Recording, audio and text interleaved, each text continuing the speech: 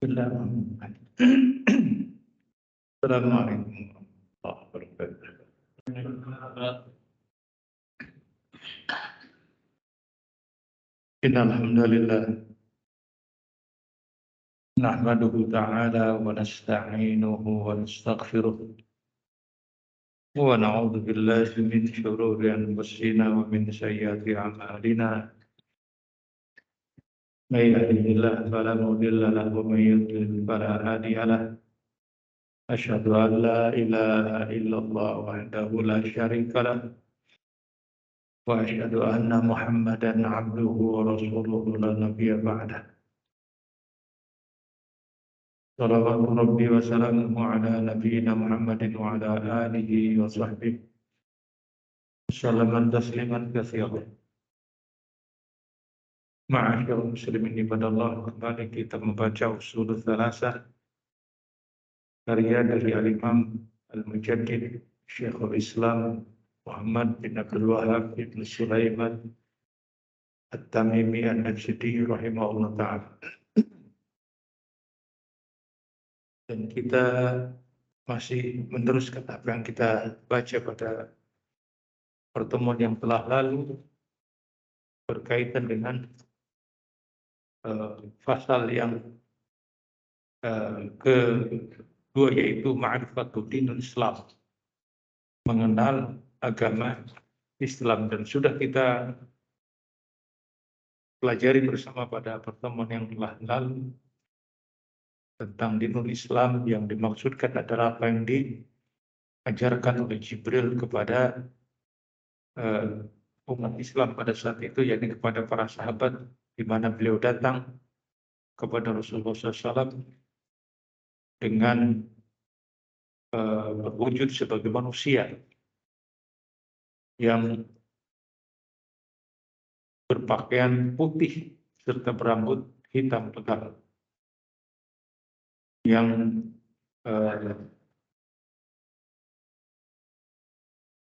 ma asara alaihi safar wala ya'rifu minna ahad, yang tidak ada bekas-bekas seorang musafir dan tidak ada di antara kami yang mengenal. Karena orang yang berpakaian putih dan berambut hitam di masa itu, kalau dia melaksanakan seorang musafir, pasti rambutnya kena debu, angin dari gurun itu terasa sekali akan menerpa rambutnya, dan pakaiannya pun akan kotor. Kalau bukan seorang musafir, berarti dia adalah orang yang ada di negeri saat itu, yakni orang Madinah. Namun la ya'rifu minna, tidak ada di antara kami yang mengenalnya. Jadi benar-benar orang asing, ya, yang tidak diketahui, tapi juga tidak ada tanda-tanda seorang musafir. Kemudian datang kepada Rasulullah SAW bertanya, nanti akan lewat penjelasannya dalam hadis-hadis yang akan kita baca. Sampai bertanya tentang Islam, bertanya tentang iman, dan bertanya tentang ihsan. Maka kata Rasulullah, setelah semua pertanyaan-pertanyaan dijawab, maka kata Rasulullah bertanya kepada Umar, karena hadis ini diriwayatkan oleh Umar bin Khattab. Ya Umar, tahukah engkau siapa yang bertanya tadi? Kata Umar bin Khattab, Allah dan Rasul yang mengetahui. Maka kata Rasulullah SAW, itu adalah Jibril. Yu'allimukum dinakum, yang mengajarkan agama mengajarkan kepada kalian agama kalian. Yu'allimukum dinakum, yang mengajarkan kepada kalian agama kalian. Itulah yang dikatakan agama, itu yang diajarkan oleh Jibril. Maka ma'asyiral muslimin ibadallah, setelah penjelasan itu dan kita berilmu tentangnya, maka kita memahami apa yang dijelaskan oleh Syekh Muhammad bin Abdul Wahab At-Tamimi rahimahullah tentang mengenal agama Islam dengan dalil. Yang dikatakan Islam itu sendiri adalah wal istislamu lahu bitauhid. Seseorang berislam itu maka dia dalam keadaan bertauhid. Wal inqiyadu lahu bita'ah, dan terikat padanya dengan ketaatan. Wal bara'atu minal musyrikin wa ahli, dan berlepas diri dari orang musyrik dan dari kemusyrikan dan para pelaku. Ma'asyiral muslimin ibadallah, bahwa ketika seseorang dikatakan berislam begitu saja, kata Syekh Fauzan, la yakfi annaka tastaslimu lillah. Tidak cukup engkau berislam kepada Allah Subhanahu wa taala apabila engkau tidak terikat padanya dengan ketaatan. Seraya wa anta la tatabarru' minasyirki wala minal musyrikin. Dan engkau, kata Syekh, juga tidak cukup keislamannya apabila tidak berlepas diri dari segala bentuk kesyirikan dan juga para pelakunya yang musyrikin. Hadza la yalzam. Kalau kita tidak terpenuhi, artinya kita tidak berserah diri kepada Allah, tidak terikat dengan ketaatan, tidak berlepas diri dari kesyirikan dan juga para pelakunya, hadza la yalzam. Itu tidak cukup. Kalau kita tidak melakukan seperti itu. Wala ta'udu musliman hatta tantasibu bihadhihi sifat. Maka tidak dikatakan sebagai seorang muslim apabila tidak terpenuhinya dari sifat-sifat yang ada itu. Awalan yang pertama, al-istislam lillahi bitauhid. Ya. Berserah diri kepada Allah dengan bertauhid. Kata Syekh Fauzan, wa huwa ifradullah bil ibadah, yaitu menyendirikan Allah dalam hal peribadatan. Sudah kita lewati sekian pertemuan tentang masalah berserah dirinya kita, ya, dalam hal peribadatan, menyendirikan Allah dalam hal peribadatan. Terus kita ulang-ulang sebagai bentuk takkid untuk memahamkan atas diri kita bahwa seseorang tidak dikatakan sebagai seorang muslim apabila dia masih beribadah kepada selain Allah, menyandarkan diri kepada selain Allah. Kan sudah dijelaskan tentang bagaimana khauf, bagaimana roja, bagaimana isti'adzah, istighosah, isti'anah, meminta pertolongan, berdoa dengan bersungguh-sungguh hanya kepada Allah, istighosah, meminta keberkahan, meminta perlindungan, itu semuanya jenis-jenis ibadah yang apabila kita melakukannya kepada selain Allah, maka kita belum dikatakan sebagai seorang muslim. Ini penting, ma'asyiral muslimin ibadallah. Maka jangan menggampangkan persoalan ini, karena banyak terjadi hal-hal yang seperti di tengah-tengah kita kaum muslimin. Ya. Banyak terjadi hal yang seperti itu di tengah-tengah kaum muslimin. Sehingga orang-orang yang dijadikan rujukan, para dukun, orang-orang yang dianggap pinter, itu begitu populer di tengah-tengah masyarakat kita. Begitu populer. Mereka menganggap bahwa ikhtiar itu adalah sesuatu yang boleh dengan melanggar prinsip-prinsip akidah, prinsip-prinsip tauhid. Dan yang menyerukannya bukan pula orang-orang yang biasa. Yang menyerukannya adalah mereka yang teranggap sebagai tokoh di tengah-tengah masyarakat kita. Sehingga menjadi panutan. Seakan-akan itu boleh, lebih-lebih dalam kondisi kita terpuruk, kondisi kita susah. Maka orang-orang yang seperti ini yang datang. Nasallahu salam wal afiyah. Kita mohon keselamatan kepada Allah Subhanahu wa taala. Sebab ini adalah perkara di mana akan datang pada kita. dari berbagai sisi, ya, dari berbagai sisi. Belum lagi syubhat. Syubhat itu adalah seakan-akan itu adalah benar, tapi jelas keliru. Maka dikatakan syubhat, seakan-akan benar. Meminta itu memang kepada Allah, tapi kan butuh perantara, butuh orang-orang yang dekat, yang khawa secara khusus kepada Allah Subhanahu wa taala. Akhirnya timbul apa yang sering disebut dengan bertawasul, sebagaimana yang banyak dilakukan oleh kaum muslimin dalam keadaan tidak mengerti bahwa itu adalah bagian dari kesyirikan. Yaitu al-istislam lillahi bitauhid. Berserah diri kepada Allah dengan mentauhidkannya. Menjadikan Allah satu-satunya zat yang berhak untuk diibadahi. Dan yang kedua, al-inqiyadu lahu bitta'ah. Yang terikat padanya dengan ketaatan. Mustahil Islam adalah agama yang membolehkan umatnya untuk berbuat semau tanpa ada bentuk ketaatan. Maka dicontohkan oleh Nabi kita Muhammad SAW dalam hal melakukan ketaatan. Beliau adalah orang yang paling banyak melakukan ketaatan. Mengalahkan makhluk-makhluk yang lainnya, yang di kalangan manusia. Betapa Rasulullah SAW bersungguh-sungguh untuk menjaga dirinya, ya kan? Menjaga keluarganya, dari memakan perkara-perkara yang tidak boleh untuk dia dimakannya. Makanya lihat ayat-ayatnya. Ayat-ayat Allah Subhanahu wa taala. Di luar.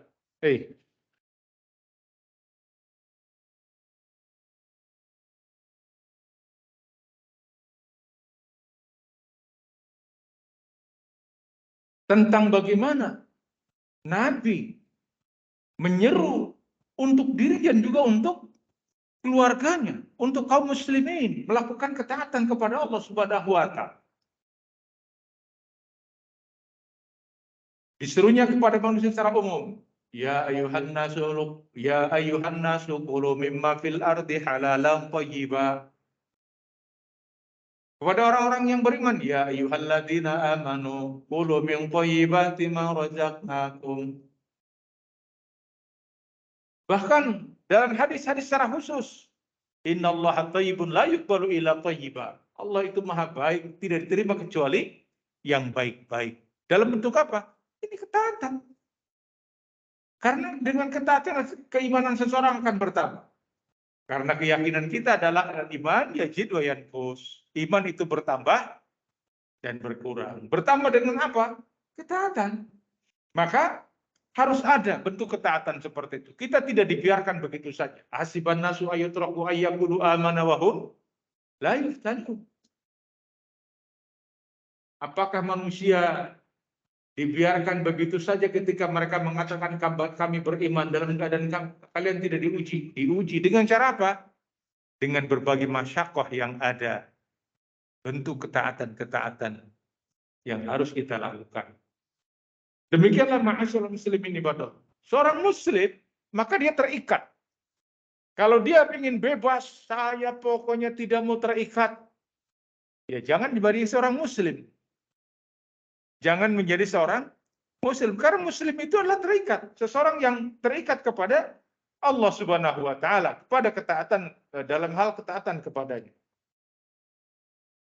Agar kita ketahui bahwa semua bentuk ketaatan tadi bukan dalam rangka untuk menghinakan dia, mempersulit dia, tapi dalam rangka untuk menjaga kepribadiannya, menjaga karakternya, menjaga derajatnya agar tetap ya, di atas kemuliaan, di atas kemuliaan. Jadi semua bentuk peribadatan, bentuk ketaatan, kita menjauhi hal-hal yang diharamkan, kita bersegera untuk melakukan apa yang diperintahkan.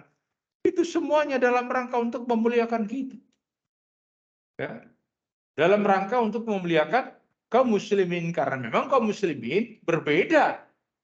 Ya. Berbeda dengan orang-orang yang tidak mau terikat. Tidak mau terikat. Al-inqiyadullahu bitta'ah.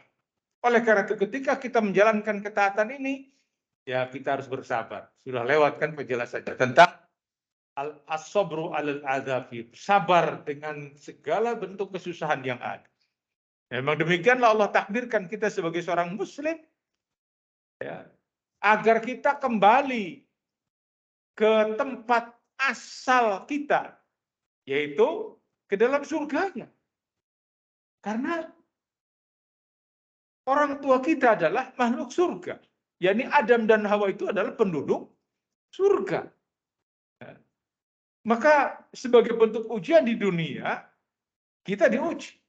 Ibtila, makanya dunia itu darul ibtila. Maka siapa yang mentaati Allah, maka dia akan selamat kembali. Dan barang siapa yang tidak mentaati Allah, maka dia akan sengsara di dunia maupun di akhirat.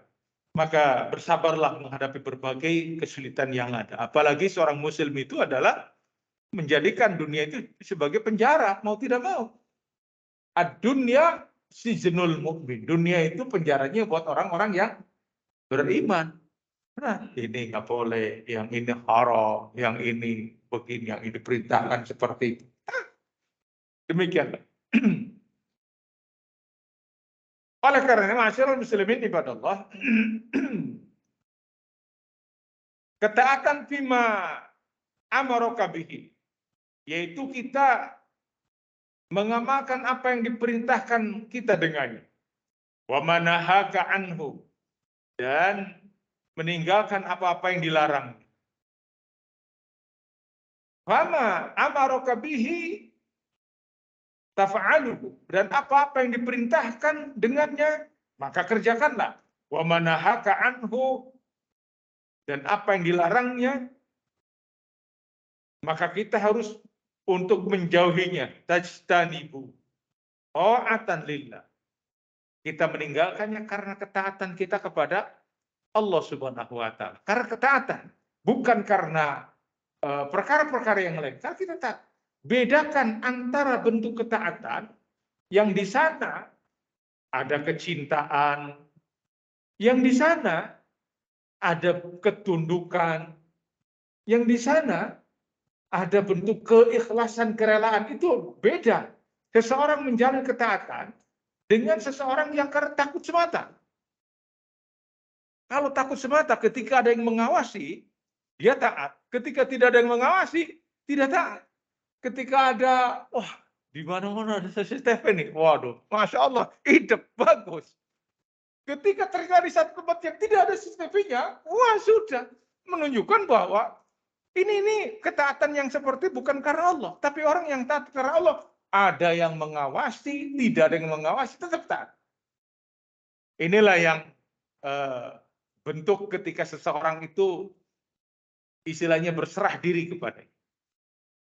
Maka masyaallah muslimin ibadah Allah, awalnya diawasi dengan syariat. Yang ini tidak boleh, yang ini tidak boleh, yang ini.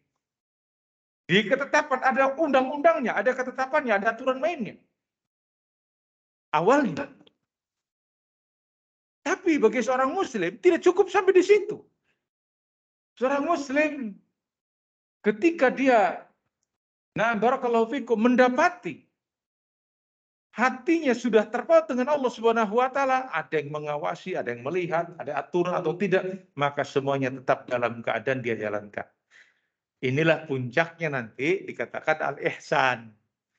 Al-ihsan, karena merasa yang mengawasi itu adalah bukan manusia, atau bukan lagi katakanlah benda-benda yang disiapkan atau perangkat yang disiapkan untuk dia tetap melakukan ketaatan, tapi memang benar dia terikat dengan Allah Subhanahu wa taala. Nanti akan lewat penjelasan.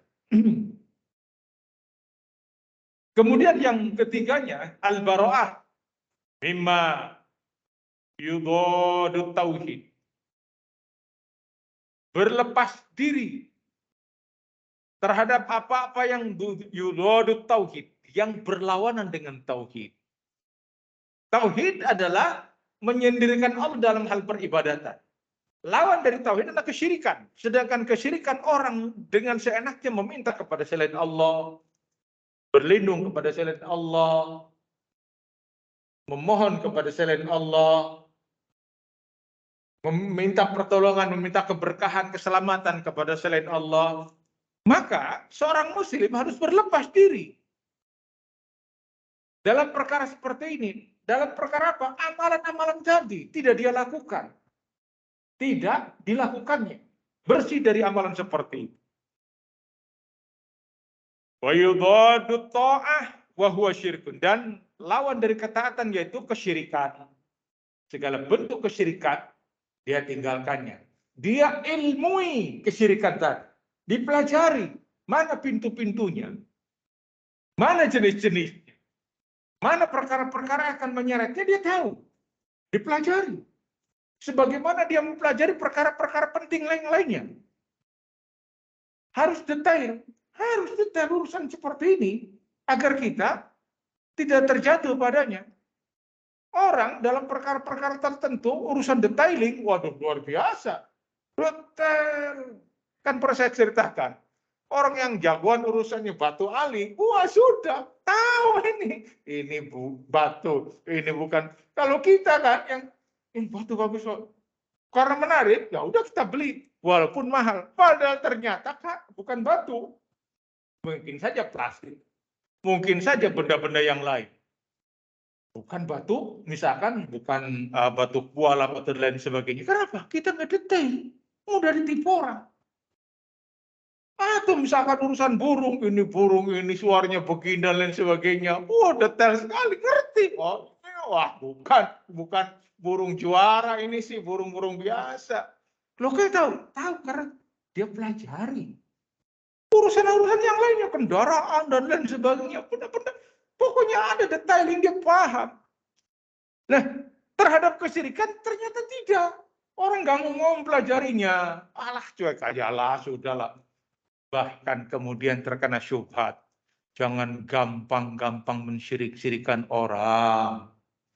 Ya, enggak boleh itu. Itu semuanya amalan saleh. Masa yang seperti dikatakan syirik? Ya. Untuk apa? Untuk menjauhkan manusia dari memahami perkara seperti ini. Bahkan dituduhnya orang-orang yang menyeru kepada tauhid ini sebagai kelompok-kelompok ekstrim, aliran sesat, dan lain sebagainya. Dan ini sudah banyak dilakukan. Taklim-taklim yang menyerukan kepada tauhid, kepada sunnah, itu dianggap sebagai momok yang menakutkan, dituduh sebagai pemecah belah umat. Ini akan menimbulkan pecah belah di tengah-tengah kaum muslimin ini. Membahayakan ini. Ini membahayakan persatuan. Persatuan apa? Persatuan di atas kesyirikan.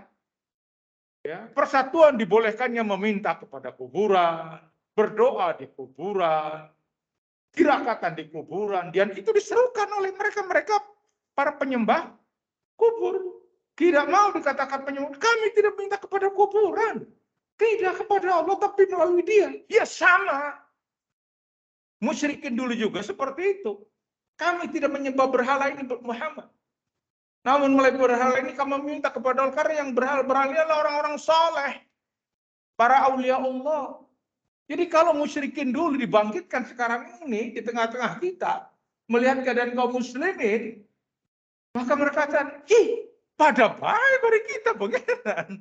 Gitu ya bahasa Jawa. Oh sama aja. Nah ya, kenapa tidak jawab bedanya? Hanya saja dulu yang melakukan itu adalah orang-orang yang musyrikin Arab, yang sekarang adalah yang melakukannya kaum muslimin. Ini tidak sedang menuduh-nuduh, tidak sedang menjustifikasi. Ini sebagai sebuah gambaran bahwa kesyirikan tidak dipahami sebagai sebuah ancaman yang sangat mengerikan. Kenapa? Karena iblis laknatullah beserta kaki tangannya mendistorsi kesemuanya itu agar tidak nampak sebagai sebuah kesyirikan. Bayangkan. Ketika orang begitu tawadhunya kepada kuburan-kuburan yang dikeramatkan, luar biasa. Dan tidak ada satu jengkal pun di muka bumi di negeri kita ini. Pasti syiar-syiar kesyirikan itu ada. Entah Cirebonnya, entah Demak. Semuanya. Kita tidak sedang menuduh, tapi kita sedang menjelaskan bahwasanya tidak pernah ada di dalam agama kita seruan-seruan kepada seperti itu yang dilakukan oleh para ulama kita, dan mereka mengingkarinya. Mereka mengingkarinya. Tapi demikianlah ma'asyiral muslimin ibadah, agar kita paham. Karena memang demikian sejatinya. Hanya saja stereotip itu dimunculkan di tengah-tengah kita kaum muslimin. Yang menyerukan seperti itu nggak ada lagi, pasti ini Wahabi. Wahabi aja, Wahabi. Jadi Rasulullah SAW dulu yang merintahkan. Iya, itu ajarannya Wahabi. Jadi Rasulullah pengikut Wahabi. Ya saat kan bingung kita sendiri. Saya tidak mengajarkan prinsip-prinsip Wahabi, tapi saya mengajarkan prinsip-prinsip yang diajarkan oleh Nabi kita Muhammad SAW. Yang makan oleh para sahabatnya, yang makan oleh tabi'in atau tabi'in aimatul mujtahidin dan seterusnya dari kalangan kaum muslimin. Namun faktanya kemudian terjadi seperti itu, ma'asyiral muslimin ibadallah. Maka lihat apa yang telah dilakukan oleh Nabi Ibrahim dengan baroahnya. Inna bura'a'u minkum wa mimma ta'buduna min dunillahi kafarna bikum. Sesungguhnya kami berlepas diri dari engkau. Dan dari apa-apa yang kalian ibadah selain Allah, kami mengingkarinya. Ini Nabi Ibrahim. Ya. Kami mengingkarinya dan mengkufuri dari apa-apa yang diibadai selain Allah Subhanahu wa taala. Demikianlah masalah muslimin ibadah Allah. Jadi hendaknya kita harus paham tentang ini. Harus mengerti tentang hakikat dari kesyirikan. Sebagaimana kita mengerti tentang hakikat tauhid. Sehingga orang yang tidak mempelajari tauhidullah, mengabaikannya dan menganggap remeh perkara ini, niscaya dia tidak akan mengerti tentang hakikat kesyirikan. Karena tauhidnya pun tidak ketahui. Bahkan ada kekeliruan. Seseorang yang sudah meyakini bahwa Allah yang menciptakan alam semesta ini dianggap sudah ahlu tauhid. Padahal bukan. Berkali-kali kita jelaskan di majelis ini. Bahwa kalau hanya mengakui bahwa Allah yang menciptakan alam semesta ini, yang mengaturnya dan memberikan ketetapan untuk makhluknya, orang-orang musyrikin dulu juga tahu itu, mengerti, ya, mengerti, paham tentang masalah ini. Nah, barakallahu fiik. Dan yang keempatnya yang mesti ada pada diri kaum muslimin bagi seorang muslim adalah al-bara'atu min ahli syirki. Berlepas diri dari pelakunya, dari pelaku kemusyrikan. Mesti berlepas diri. Apa yang dimaksud dengan berlepas diri ini kata Syekh Fauzan hafizahullah taala, al-bara'atu maknaha al-inqita' wal i'tizal. Yang dimaksud dengan bara'ah di sini adalah kita memutuskan dan meninggalkan. Memutuskan itu yang dimaksud memutuskan bagaimana? Tidak ada hubungannya kita dengan kesyirikan. Syiar-syiar kesyirikan yang tersebar di tengah-tengah kaum muslimin, maka kita tidak ada memiliki hubungan sama sekali. Ada, kita mau melakukan penyembahan kepada penghuni laut ke Nyai Roro Kidul. Misalkan, maka ketika Bapak sebagai sebagai organisatoris, kami minta Bapak untuk menjadi ketua panitia. Bagaimana? Kita katakan, oh maaf, ini kan merupakan event budaya, festival, pinggir pantai dan sebagainya. Tidak, itu yang dinamakan al-inqita'. Kita tidak memiliki hubungan. Bukan ta'awun. Wah, ini berarti tidak mendukung. Bukan tidak mendukung. Kita mendukung cara-cara yang lain, tapi cara-cara yang seperti ini kita tidak melakukan dukungan. Karena memang demikian seorang muslim. Ya, kalau begitu hidupnya sempit dengan cara seperti itu. Tidak. Harus kita bedakan. Adapun perkara-perkara yang lain, ya, misalkan untuk kemakmuran para nelayan dan lain sebagainya, kita mendukung. Kita sangat mendukung. Tapi kalau untuk bentuk penyembahan-penyembahan seperti itu, bedakan. Harus dibedakan sebagai seorang muslim. Membeli hasil lautnya, memberikan menciptakan nilai tambah untuk produksi dari kelautan, maka kita melakukan. Silahkan tampilkan ilmu kita sebagai orang yang mengerti dari sisi ini, manajemennya, cara untuk meningkatkan produk dan sebagainya. Tapi kalau kemudian berkaitan dengan masalah bentuk melarung kepala kerbau apa, ya kita tidak mendukung cara-cara seperti ini. Kita sampaikan kepada kaum muslimin, kepada pemerintah dari sisi ini. Kita sampaikan, bukan tidak mendukung, tapi memang di situ ada syiar-syiar kesyirikan, bentuk penyembahan kepada selain Allah. Sungguh pun begitu, baroahnya tidak sebagaimana yang pernah viral. Sesajanya ditendangi, dilemparkan, dan sebagainya. Bahkan diviralkan sengaja. Yang seperti ini tidak boleh. Yang seperti itu tidak boleh. Artinya, lakukan dengan cara-cara yang baik. Mendakwahi mereka. Seperti ini menyuruh ke dakwah. Tidak dengan cara menghinakan. Nyai Roro Kidul itu ada sembahan mereka yang sudah mereka puji-puji. Tidak usah kemudian kita melakukan tindakan-tindakan yang kontraproduktif. Udah, nyampaikan ilmu, setelah itu sudah tinggal. Kita tidak terlibat di dalamnya, setelah itu udah. Jangan kemudian dinarasikan dengan berbagai katakanlah ditambah-tambahi dengan narasi-narasi yang kemudian menimbulkan katakanlah hal-hal yang kemudian terjadi friksi di tengah-tengah masyarakat kita. Tidak demikian. Jadi dianjurkan dengan cara-cara yang baik, cara-cara yang bermartabat, gitu kan? Karena disebutkan dalam Al-Quran, "Fabima rahmatin minallahi linta lahum." Karena dengan rahmat Allah lah engkau berlemah lembut. Fa in kunta faddan ghalidhal qalb lang faddu min hawlik. Sekiranya kamu berkata dengan kasar, bersikap dengan kasar, ya, dengan cara-cara yang tidak hikmah, niscaya mereka akan lari dari. Dengan cara-cara yang baik, nyampaikan. Karena mungkin di antara mereka itu ada orang tua kita, ada karib kerabat kita, ada saudara kita, yang kita perlu untuk tetap berlemah lembut kepada mereka. Demikianlah ajaran dari agama kita, ma'asyiral muslimin, ibadallah. Jadi yang dimaksud dengan baro'ah adalah tadi disebutkan bahwa terjadi kita ada inqita' wal i'tizal, meninggalkan mereka dari amalan-amalan tadi dan tidak terkait dalam hubungan katakanlah ta'awun seperti itu. Wal bu'du anisyirki wa ahli syirik. Dan jauh al-ba'id, al-bu'du, jauh anisyirki, dari kesyirikan dan pelakunya. Bi an ta'taqida butlani syirki fataba'adu anhu.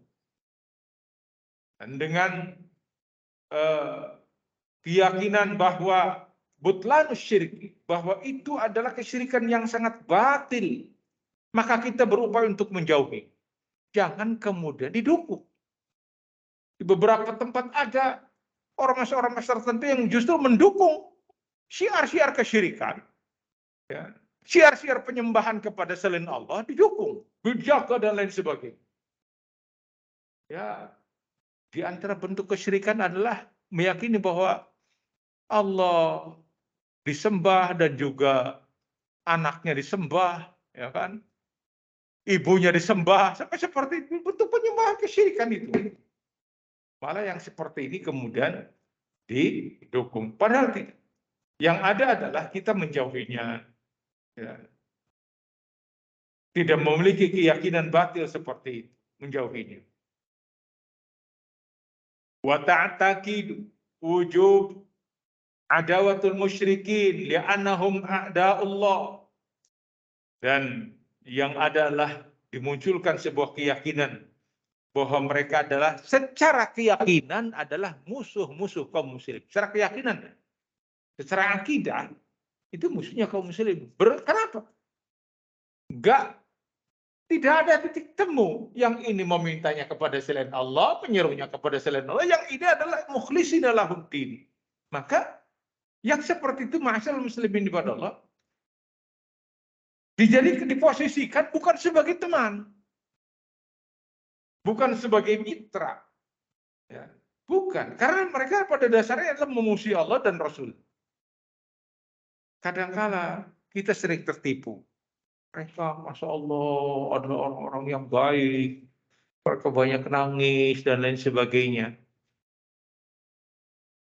kita terkadang mesti disadarkan bahwa hanya secara zahir, masya Allah baik, ya kan, ucapannya baik. Tapi secara keyakinan mereka itu benar-benar mencela Allah. Masa Allah dikatakan memiliki anak, Allah memiliki keluarga dan lain sebagainya. Seruan-seruan seperti itu. Ini satu contoh saja. Satu contoh. Maka pada dasarnya mereka adalah musuh-musuh Allah dan juga musuh-musuh Rasul. Namun sebagai sesama, katakan anak bangsa, sesama anggota masyarakat, ya tidak dengan secara serta-merta kita melakukan tindakan-tindakan yang tidak pantas. Ya. Sebab Rasul pun bertetangga dengan Yahudi. Para ulama dulu seperti itu. Sehingga anaknya orang Yahudi itu bermain di rumah Rasulullah SAW. Ya kan? Kalau memang nampak Rasulullah melakukan permusuhan demikian caranya barbar, tentu mereka tidak akan main, tidak akan masuk ke rumah Rasulullah SAW. Kan kisah tentang seorang anak Yahudi yang suka masuk ke rumah Rasul, kemudian Rasul kehilangan karena beberapa hari dia tidak datang. Maka ditanyakan, kemana anak tersebut? Dia sedang sakit ya Rasulullah. Rasulullah datang. Bayangkan itu, anak kecil.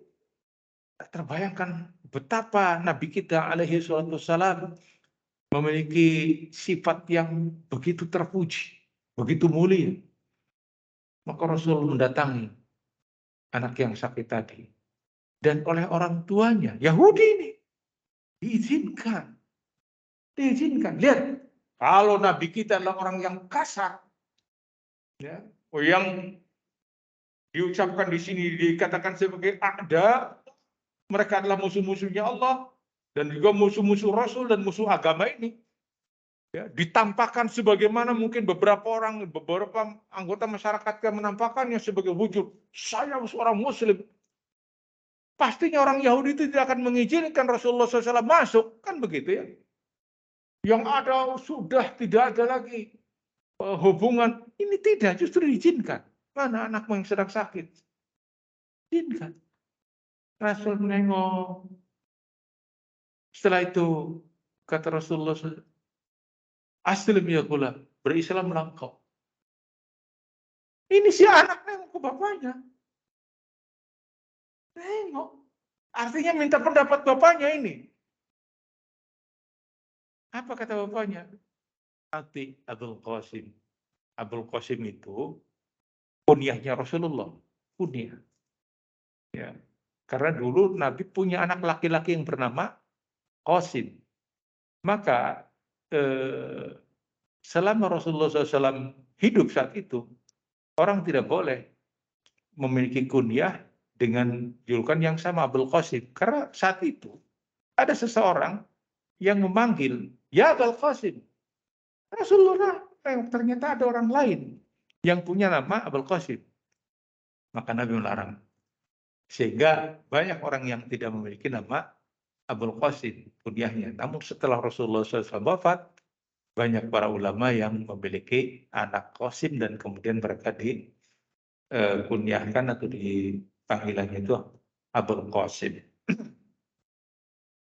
Ati Abul Qasim, kata Yahudi tadi bapaknya ke anaknya. Taati Abul Qasim. Maka berislamlah anak tadi. Si gulam dari kalangan Yahudi tadi. Lihat masyaallah muslimin ibadallah. Artinya penerapan baroah itu tidak serampangan, Dan saya jelaskan masalah ini juga di pembahasan tentang masalah ini di beberapa pertemuan yang lama, hampir mungkin 1 tahun yang lalu saya menjelaskannya di majelis ini. Menunjukkan bahwa kita tidak bisa menafikan adanya perkara-perkara seperti itu di tengah-tengah masyarakat kita. Ya kan, apalagi kita adalah dari berbagai suku, bangsa dan keyakinan yang ada, ya kan, di negeri kita ini. Namun urusan akidah tetap tegak sebagai sebuah prinsip akidah. Namun dalam hal penerapannya tidak serampangan. membutuhkan bimbingan, ya, sehingga tidak terkesan Islam itu menakutkan, Islam itu kaku, Islam itu begini dan begini. Tidak, ya, tidak. Sehingga masyaallah muslimin ibadah Allah, tampilkan oleh kita Islam yang elegan, Islam yang bermartabat, gitu kan. Nah, wala tuhibbuhum wala tuwallihim. Jangan mencintai mereka dan jangan menjadikan mereka sebagai wali, penolong, pemimpin. Wa innama tuqati'uhum fid-din. Dan sesungguhnya ya kita berlepas diri dengan mereka dalam urusan agama ini. Wa tabta'idu anhum. Menjauhi mereka. Wa ta'taqidu bidhalali ma hum alaih. Dan meyakini tentang batilnya keyakinan mereka. Oleh karena itu kata Syifoyan, fala tuhibbuhum bil qalb. Jangan mencintai mereka dengan artinya dengan hati itu sampai hatinya timbul rasa cinta. Karena ada beda.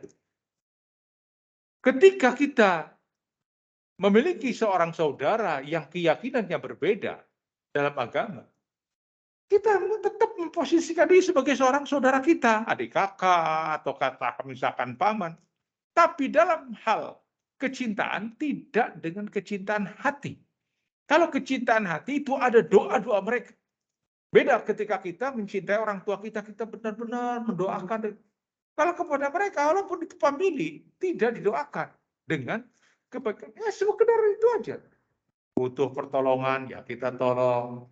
Kita mampu untuk memberikan santunan, kita santuni. Ketika mereka sakit, ya kita bantu pengobatannya dan lain sebagainya. Itu bentuk kecintaan, tapi tidak dengan hati. Kalau dengan hati, semoga cepat sembuh, itu dengan hati. Bedakan. Demikianlah ma'asyiral muslimin ibadah. Berarti 4 hal ini mesti terwujudkan pada kita. 4 hal tadi, ya, yang pertama adalah Islam, berserah diri kepada Allah dengan tauhid. Yang kedua, kita terikat dengan ketaatan kepada Allah. Dan yang ketiga, kita berlepas diri dari sebagai bentuk kesyirikan. Dan yang keempat adalah berlepas diri dari para pelaku kesyirikan. Inilah wujud dari seorang muslim yang hakiki. Wallahu a'lam bishawab. Semoga ada manfaat dan faedahnya. Wassalamualaikum warahmatullahi wabarakatuh. Wa akhiru da'wana alhamdulillahi rabbil alamin. Assalamualaikum.